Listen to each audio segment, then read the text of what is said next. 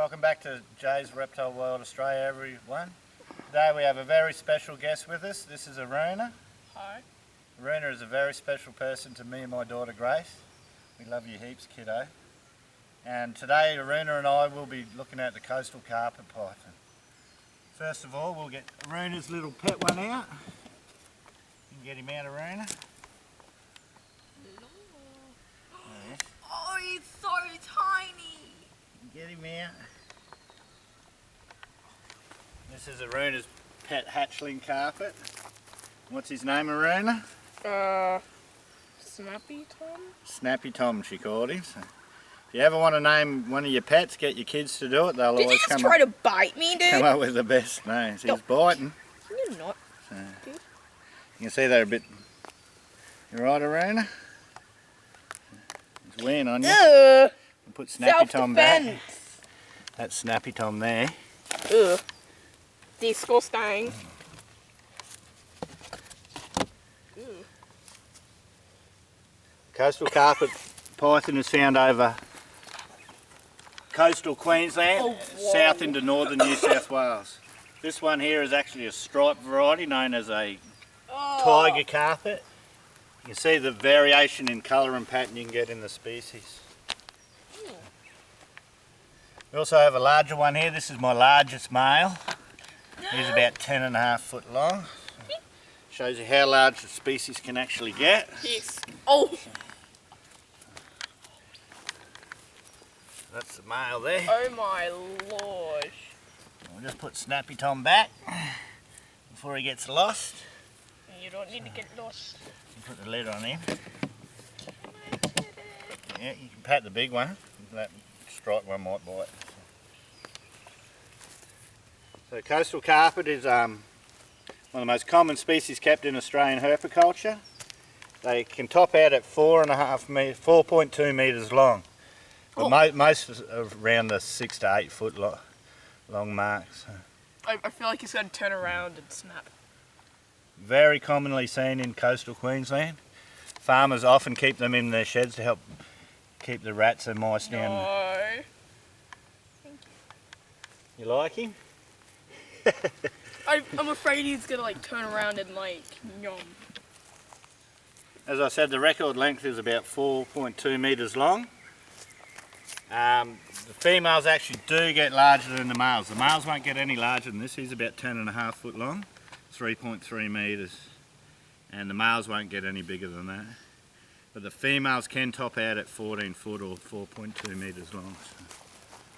So you can see what a difference in colour and pattern you can get. Get a huge variety of colour and pattern in this species. They can be yellows, blacks, browns, creams, all different sorts of variety and colours. She's a beautiful one, that tiger carpet. I really want to keep it. What, the big one? Do you? Aruna really likes the big male, so. He moves very slow. It's pretty good, eh? I have a larger female in my collection. She's about 12.5 foot long. But I'm not disturbing her because she's ready for breeding. So a lot of the younger snake catchers say that the males get larger because they fight for mating rights. But what they're seeing is actually the dominant males with the younger females. So the females always have the potential to top out at a larger size. They go from Cape York Peninsula all the way down to northern New South Wales, around the Taree area, where they have been known to hybridise with the diamond python, which we'll be looking at next week. Beautiful species.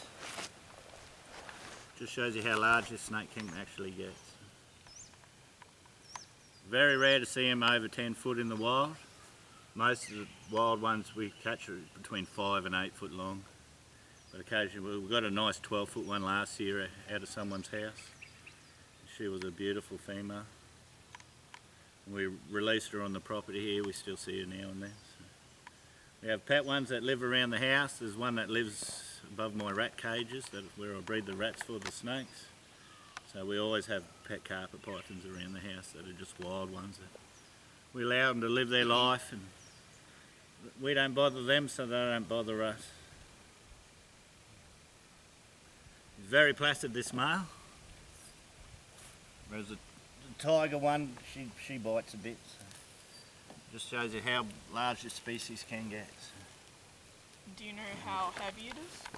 Yeah, he's about 12 kilos now. Oh, whoa. Yeah. There's actually several different geographical variations of the carpet python.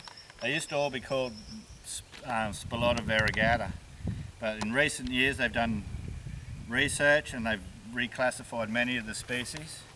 And this coastal carpet is now known as the Mcdowelli.